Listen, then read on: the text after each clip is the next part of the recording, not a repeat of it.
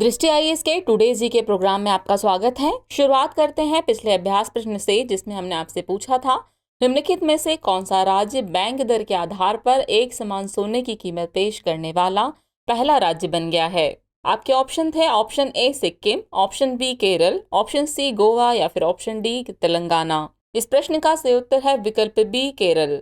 आप में से कई व्यूअर्स ने इस प्रश्न का एकदम ठीक जवाब दिया है। आगे की बात को एक्सप्लेनेशन से समझते हैं। केरल भारत का पहला राज्य बन गया है जिसने बैंक दर के आधार पर सोने की एक समान कीमत शुरू की है, इसलिए विकल्प बी सही है। यहाँ 916 शुद्धता वाले 22 कैरेट सोने पर एक समान मूल्य लागू करने का निर्णय लिया गया है। इससे पहले केरल में किसी खास दिन सोना अलग अलग कीमतों पर बेचा जाता था। सोने की दर बैंक दर के आधार पर पूरे देश में एक समान होनी चाहिए, क्योंकि बैंक दर पर आधारित सोने की एक समान कीमत उपभोक्ताओं को उचित और पारदर्शी कीमत पर सोना खरीदने का अवसर प्रदान करती है। हालांकि ज्यादातर राज्यों में सोने की कीमत बैंक दर से 150 से 300 रुपए प्रति ग्राम अधिक है। इस तरह इस प्रश्न का सही उत्तर है विकल्प बी केरल। चलिए शुरुआत करते हैं आज के एपिसोड के पहले प्रश्न की। तो पहला प्रश्न है, काशी तमिल संगमम के संबंध में निम्नलिखित कथनों पर विचार कीजिए। कथन 1 है, इसका आयोजन संस्कृति मंत्रालय द्वारा किया जाएगा। कथन 2 है, इसका उद्देश्य उत्तरी और दक्षिणी क्षेत्रों के बीच सदियों पुराने ज्ञान के बंधन और प्राचीन सभ्यतागत संबंधों को फिर से बहाल करना है। उपरोक्त में से कौन सा या कौन से कथन सही है, या फिर है केवल एक, केवल दो, एक और दो दोनों, और न तो एक न ही दो। इस प्रश्न का सही उत्तर है विकल्प बी केवल दो। चलिए आगे की बात को एक्सप्लेनेशन से समझते हैं। शिक्षा मंत्रालय 16 नवंबर से एक महीने तक चलने वाले कार्यक्रम काशी तमिल संगमम का आयोजन करेगा, अतः कथन 1 सही नहीं है। इसका उद्देश्य वाराणसी और तमिलनाडु के बीच सदियों पुराने ज्ञान और प्राचीन सभ्यतागत संबंधों के बंधन को फिर से बहाल करना है, इसलिए कथन 2 सही है।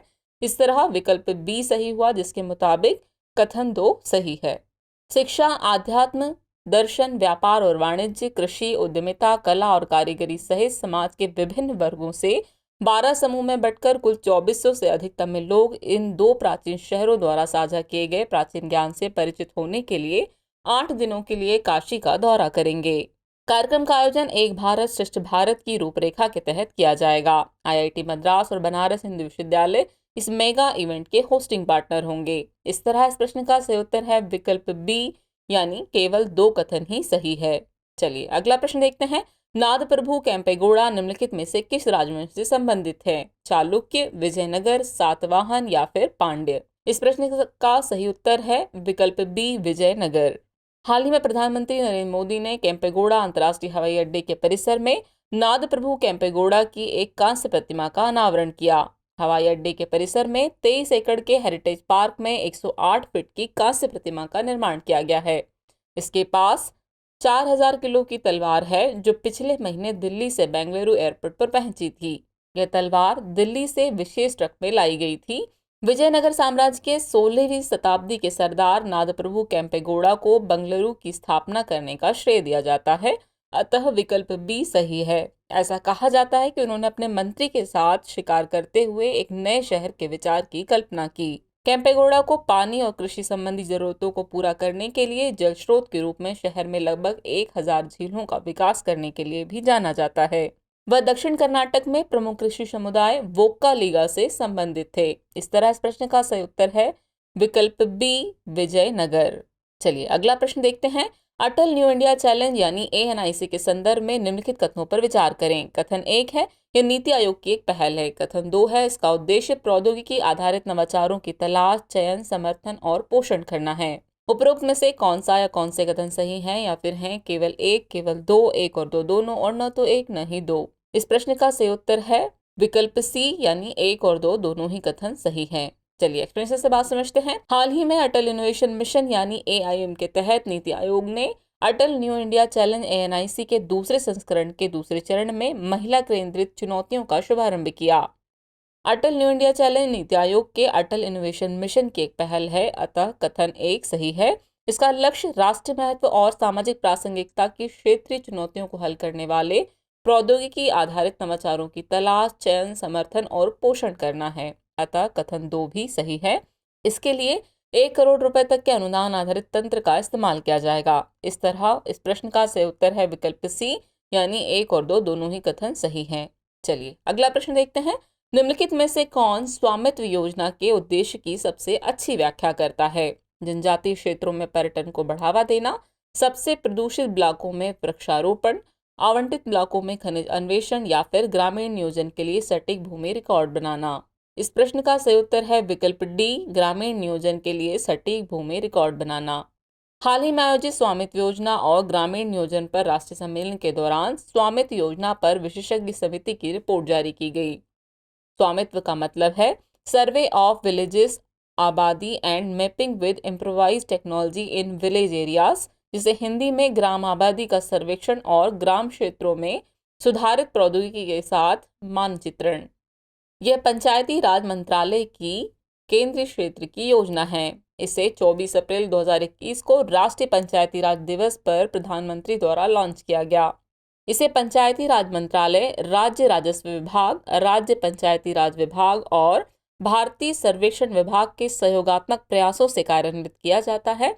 इस योजना के उद्देश्यों में शामिल है ग्रामीण नियोजन के लिए सटीक भूमि अभिलेखों का निर्माण करना और संपत्ति संबंधी विवादों को कम करना, ग्रामीण भारत के नागरिकों के बीच वित्तीय स्थिरता लाना और जीआईएस मानचित्रों का उपयोग कर बेहतर गुणवत्ता वाली ग्राम पंचायत विकास योजना तैयार करने में सहयोग देना। इस तरह इस प्रश्न का सही उत्तर है विकल्प डी, ग्रामीण नियोजन के लिए सटीक भूमि रिकॉर्ड बनाना। अगला प्रश्न है, ट्रांसपोर्ट फॉर ऑल चैलेंज किस मंत्रालय की पहल है? सड़क परिवहन और राजमार्ग मंत्रालय, आवास और शहरी मामलों के मंत्रालय, ग्रामीण विकास मंत्रालय या फिर पर्यटन मंत्रालय।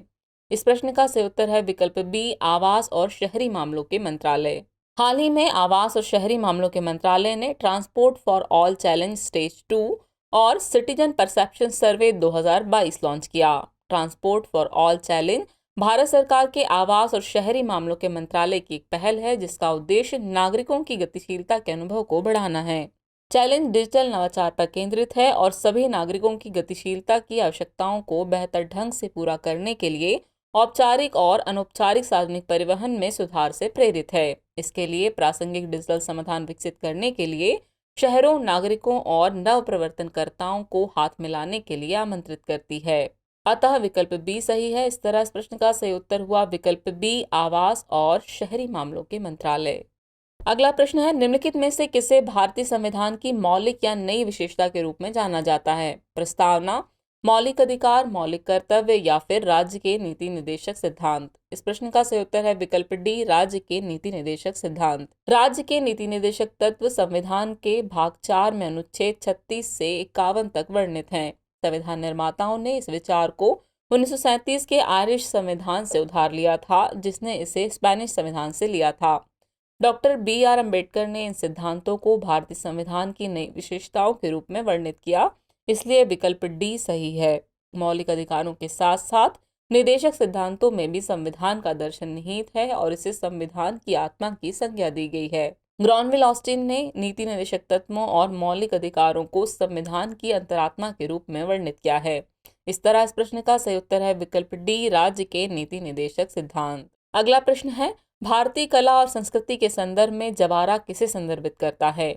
आपके ऑप्शन है बुंदेलखंड का लोक नृत्य, नागालैंड की मार्शल आर्ट, रायलसीमा की कठपुतली या फिर कच्छ क्षेत्र का लोक संगीत। इस प्रश्न का सही उत्तर है विकल्प ए, बुंदेलखंड का लोक नृत्य। चलिए एक्सप्लेनेशन से बात समझते हैं। जवारा नृत्य, जिसे द हार्वेस्ट डांस भी कहा जाता है, बुंदेलखंड क्षेत्र के किसानों की सफल फसल का प्रतीक है। यहाँ के लोग जब भी अच्छी फसल के साथ पुरस्कृत होते हैं, उसकी खुशी में नृत्य करते हैं। यह लोक नृत्य बुंदेलखंड क्षेत्र के लोगों के लिए अत्यंत महत्वपूर्ण है, क्योंकि यह खुशी और समृद्धि की अभिव्यक्ति है। नृत्य के दौरान महिलाएं अपने सिर पर कटी हुई फसल से भरी टोकरी लेकर संतुलन बनाने का कार्य करती हैं। वास्तविक नृत्य प्रदर्शित करने से पहले इस विशेष चाल का कई बार अभ्यास किया जाता है। नृत्य के दौरान विभिन्न प्रकार के संगीत वाद्य यंत्रों का इस्तेमाल किया जाता है, जिसमें टक्कर, हवा और तार वाले वाद्य यंत्र शामिल हैं। इस तरह इस प्रश्न का सही उत्तर है विकल्प ए, बुंदेलखंड का लोक नृत्य। अगला प्रश्न है, निम्नलिखित में से कौन सा कथन रिट के बारे में सही नहीं है? रिट की अवधारणा अंग्रेजी कानून से उधार ली गई है। भारत में केवल सर्वोच्च न्यायालय ही रिट जारी कर सकता है। संसद किसी अन्य न्यायालय को यह रिट जारी करने का अधिकार दे सकती है, या फिर भारत में बंदी प्रत्यक्षीकरण, परमादेश, प्रतिषेध, उत्प्रेषण और अधिकार पृच्छा रिट जारी की जाती है। इस प्रश्न का सही उत्तर है विकल्प बी, भारत में केवल सर्वोच्च न्यायालय ही रिट जारी कर सकता है। चलिए एक्सप्लेनेशन से बात समझते हैं। सर्वोच्च न्यायालय अनुच्छेद 32 के तहत और उच्च न्यायालय अनुच्छेद 226 के तहत बंदी प्रत्यक्षीकरण, परमादेश, निषेध, उत्प्रेषण और अधिकार परीक्षा के रिट जारी कर सकते हैं। इसके अलावा संसद अनुच्छेद 32 के तहत किसी अन्य अदालत को इन रिट को जारी करने का अधिकार दे सकती है, क्योंकि अभी तक ऐसा कोई प्रावधान नहीं किया गया है। वर्तमान में केवल सर्वोच्च न्यायालय और उच्च न्यायालय ही रिट जारी कर सकते हैं, अतः विकल्प बी सही है। 1950 के पहले केवल कलकत्ता, बॉम्बे और मद्रास के उच्च न्यायालयों के पास ही रिट जारी करने की शक्ति थी। अनुच्छेद 226 अब सभी उच्च न्यायालयों को रिट जारी करने का अधिकार देता है।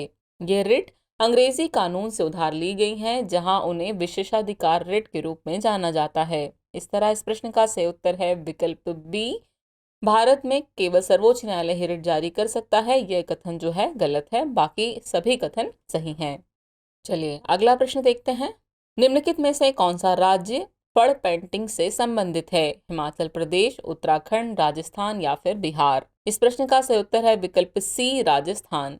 फड़ पेंटिंग या फड़ एक शैली की धार्मिक स्क्रॉल पेंटिंग और लोक पेंटिंग है जो भारत के राजस्थान राज्य में प्रचलित है, अतः विकल्प सी सही है। पेंटिंग की शैली परंपरागत रूप से कपड़े या कैनवास के लंबे टुकड़े पर की जाती है, जिसे फड़ के नाम से जाना जाता है। फड़ पर राजस्थान के लोक देवताओं, ज्यादातर पाबूजी और देवनारायण के आख्यान चित्रित किए गए हैं। पुजारी गायक, जिसे भोपा कहा जाता है, पारंपरिक रूप से चित्रित फड़ अपने साथ ले जाते हैं और इनका उपयोग लोक देवताओं के चल मंदिरों के रूप में करते हैं। पाबूजी के फड़ सामान्यतः 15 फुट लंबे होते हैं, जबकि देवनारायण के फड़ सामान्यतः 30 फुट लंबे होते हैं। परंपरागत रूप से फड़ को वनस्पति रंगों से रंगा जाता है। इस तरह इस प्रश्न का सही उत्तर है विकल्प सी, राजस्थान। चलिए अब हम आज के एपिसोड के आखिरी प्रश्न पर पहुंच गए हैं। निम्नलिखित में से कौन सा समूह बैंकॉक घोषणा से जुड़ा हुआ है? बिम्स्टेक, G77, G33 या फिर चिप 4? इस प्रश्न का सही उत्तर है विकल्प ए, बिम्स्टेक। चलिए एक्सप्लेनेशन से बात समझते हैं। हाल ही में भारत ने दूसरी बिम्स्टेक कृषि मंत्रियों की बैठक की मेजबानी की। बिम्स्टेक का पूरा नाम bay of Bengal initiative for multi sectoral technical and economic cooperation यानी बहुक्षेत्रीय तकनीकी और आर्थिक सहयोग के लिए बंगाल की खाड़ी पहल है, जिसे बिम्स्टेक के नाम से जाना जाता है। यह एक क्षेत्रीय संगठन है जिसकी स्थापना 6 जून 1997 को बैंकॉक घोषणा के जरिए की गई थी, इसलिए विकल्प ए सही है। प्रारंभ में इसे बिस्टेक यानी बांग्लादेश, भारत, श्रीलंका, थाईलैंड आर्थिक सहयोग के रूप में जाना जाता था। अब म्यांमार, भूटान और नेपाल के प्रवेश के साथ इसके 7 देश सदस्य हो गए हैं। इस तरह इस प्रश्न का सही उत्तर है विकल्प ए, बिम्स्टेक। चलिए अब आज के एपिसोड के अभ्यास प्रश्न को देख लेते हैं। भारतीय जैव विविधता के संदर्भ में मनाया जाने वाला संगाई महोत्सव किस राज्य से जुड़ा हुआ है? आपके ऑप्शन है option A Manipur, option B Gujarat, option C Rajasthan या फिर ऑप्शन डी गोवा। इस प्रश्न का जवाब कमेंट बॉक्स में देना ना भूलें। जल्द ही मिलते हैं नए एपिसोड में नए नए सवालों और उनके नए नए जवाबों और जानकारियों के साथ। तब तक के लिए शुक्रिया।